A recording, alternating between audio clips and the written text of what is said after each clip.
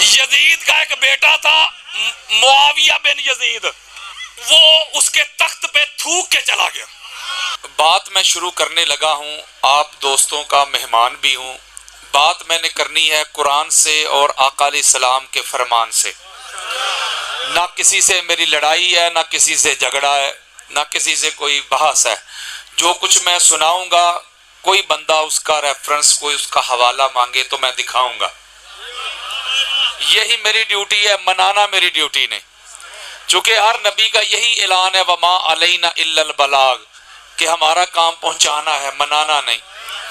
ہدایت من جانب اللہ ہوتی ہے، تو وہ جس کا نصیب۔ تو اس لیے میں آپ سے یہی ریکویسٹ کرتا ہوں کہ ذرا توجہ کے ساتھ، انہماک کے ساتھ، انشاءاللہ تعالی اللہ کے فضل و کرم سے سارا سال تڑپیں گے آپ۔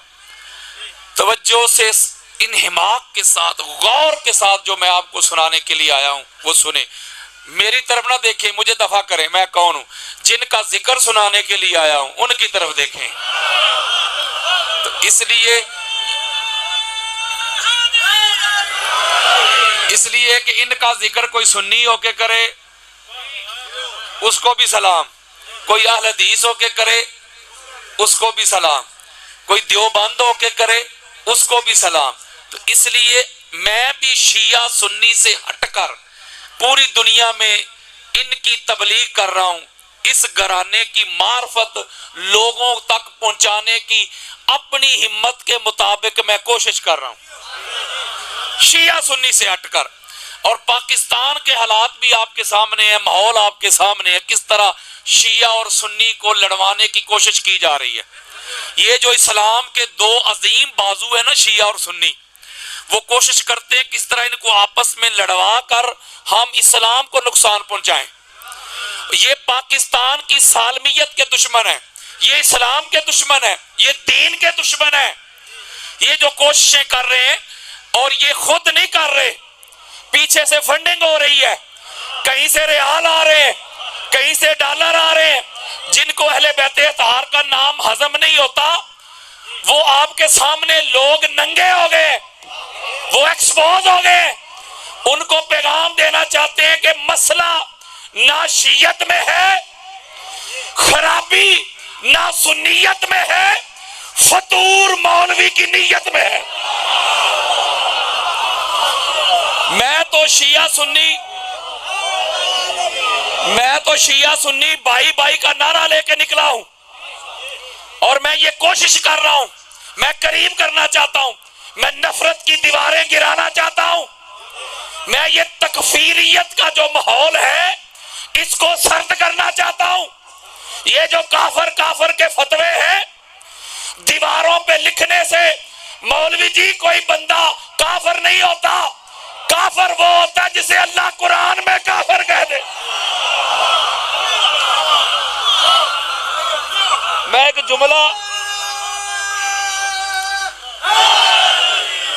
جملہ کہا کرتا ہوں شروع میں، پیغام، یہ میرا پیغام ہوتا ہے ہر خطاب سے پہلے، یہ مجھ پر فرض ہے۔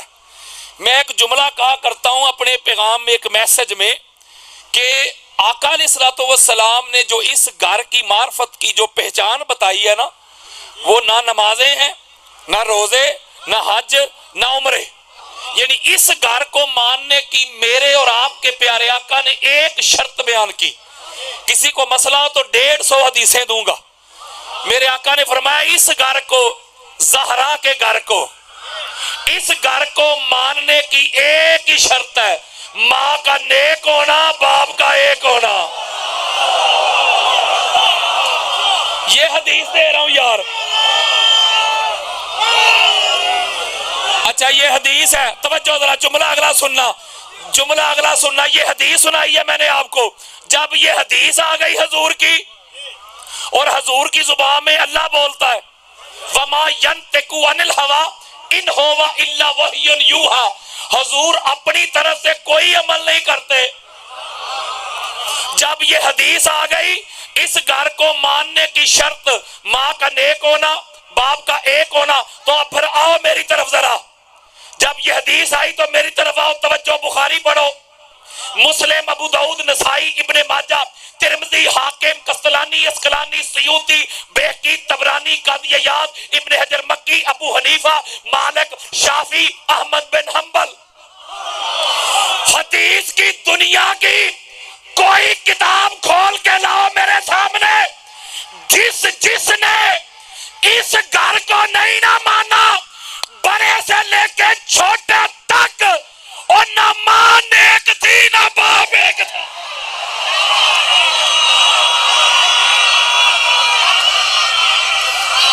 بندہ ایک تھا، اب بندہ ایک تھا، اہل بیت کا دشمن بندہ ایک تھا۔ اوئے ہوئے ہوئے نہیں سمجھے یار، بندہ ایک تھا اہل بیت کا دشمن، ولدیت میں نام چار چار تھے۔ بلکہ میں اور آسان کر دیتا ہوں، جو اہل بیت کا دشمن ہے نا، جو اہل بیت کا منکر ہے، اس کی سب سے بڑی پہچان حدیث سے یہی ہے، اور ساری زندگی پیو ہی لبدا رہا ہے۔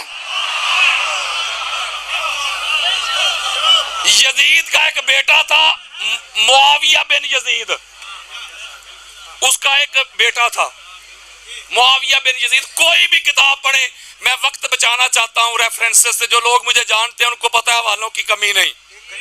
بڑی خاص بات، وہ ایک بیٹا تھا، وہ اس کے تخت پہ تھوک کے چلا گیا۔ بڑی خاص بات دینے لگا ہوں، یہ جو بچے پڑھے لکھے ہیں نا، بیٹا گوگل پہ سرچ کریں، خطبہ لکھیں یزید بن معاویہ کا یا معاویہ بن یزید، آپ کو خطبہ مل جائے گا۔ توجہ، وہ کہتا ہے یہ جو تخت ہے نہ تو میرے دادا کا حق تھا، وہ بھی وقت کے امام کے خلاف اس نے خروج کیا، لڑائی کرتا رہا، نہ میرے باپ کا حق تھا، اس نے بھی امام حق کے خلاف خروج کیا اور شہید کیا، لہذا میں اس تخت پہ تھوکتا ہوں۔ ذرا توجہ میرے طرف رکھنی ہے ہاتھ جوڑ کے۔ وہ تخت پہ تھوک کے جنگلوں میں جا کے مر کھپ گیا۔ او یزید دا سکا پتر، یزید دا سکا پتر تے جنگلہ جے جا کے مر کھپ گیا، نیست و نبود ہو گیا۔ یہ کراچی میں امیر یزید زندہ باد کے نعرے لگانے والے، یہ یزید کے نوے پتر کتھوں جم پہنے۔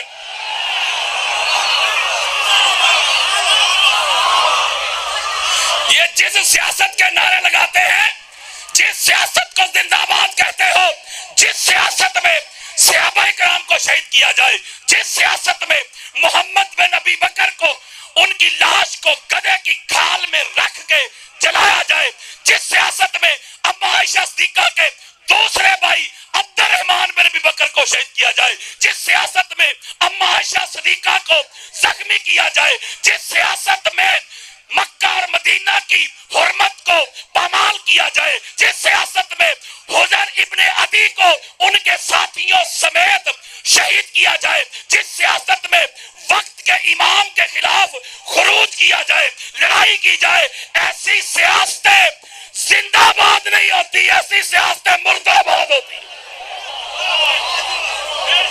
ان کا سنیت کے ساتھ کوئی تعلق نہیں ہے۔ میں سنیت کو ہائی جیک نہیں کرنے دوں گا، میں سنیت کا چہرہ مسخ نہیں کرنے دوں گا۔ کسی ایک امام اہل سنت نے آج تک اس سیاست کو زندہ باد نہیں کہا۔ آج تک ہر امام اہل سنت مولا علی علیہ السلام کو زندہ باد کہتے ہیں، سیاست مولا حسن علیہ السلام کو زندہ باد کہتے ہیں۔ یہ نہ سنی ہے، ان کا نہ سنیت کے ساتھ کوئی تعلق ہے، میرے خیال میں ان کا پاکستان کے ساتھ بھی کوئی تعلق اور واسطہ نہیں۔ یہ فتنہ فساد پیدا کرنا چاہتے ہیں۔ یہ پاکستان ہم نے بڑی محبتوں کے ساتھ، محنتوں کے ساتھ، قربانیوں کے ساتھ حاصل کیا ہے۔ ایک شیعہ سربراہ تھا، اور جنہاں نو شیعہ کو اتنی تکلیف ہے نا، کم از کم پاکستان چھڑ جان۔ ہوئے ہوئے ہوئے ہوئے نہیں سمجھے یار۔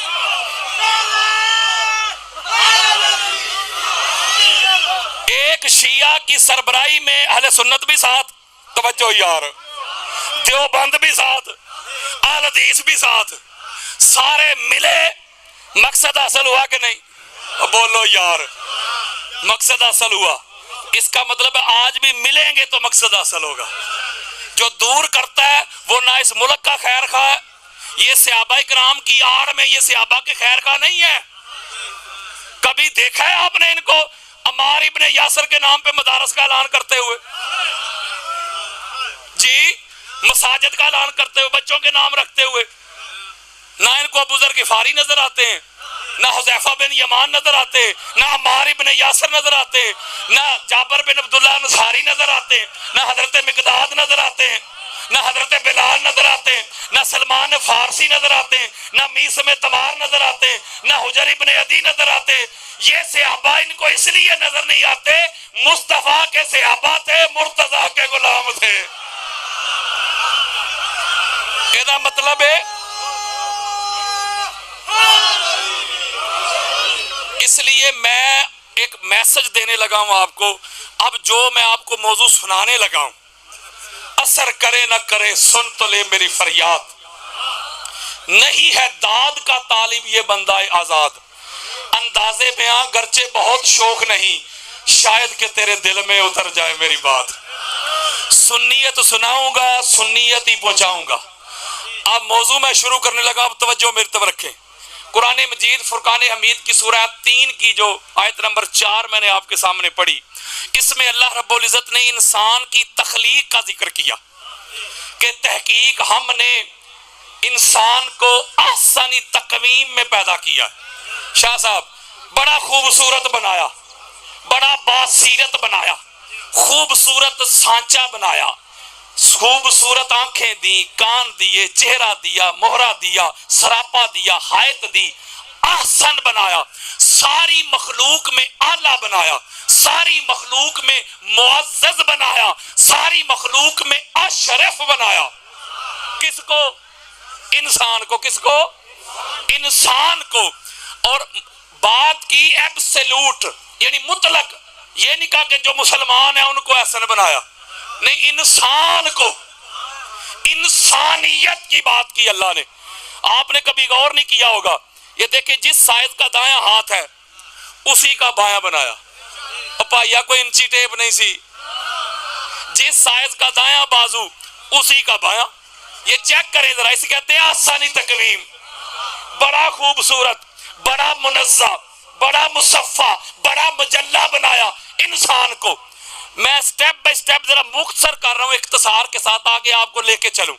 کوئی بھی دنیا کی چیز ہونا وہ معزز، افضل، اعلیٰ یا قیمتی بنتی ہے اپنے خمیر کی وجہ سے. ذرا توجہ میرے تو، بچوں کا کام نہیں، خمیر کی وجہ سے، اصل کی وجہ سے، اوریجن کی وجہ سے، جو اس کا مبدا ہوتا ہے، جو اس کی بگننگ ہوتی ہے، جو اس کا آغاز ہوتا ہے، جس سے وہ بنتی ہے اس کی وجہ سے وہ قیمتی بنتی ہے، اس کی وجہ سے وہ اعلیٰ بنتی ہے. میں مثال دیتا ہوں، اللہ کی سنت ہے. یہ میرے سامنے ہے سٹینڈ، یہ لوہے کا ہے. اب اس کے مقابلے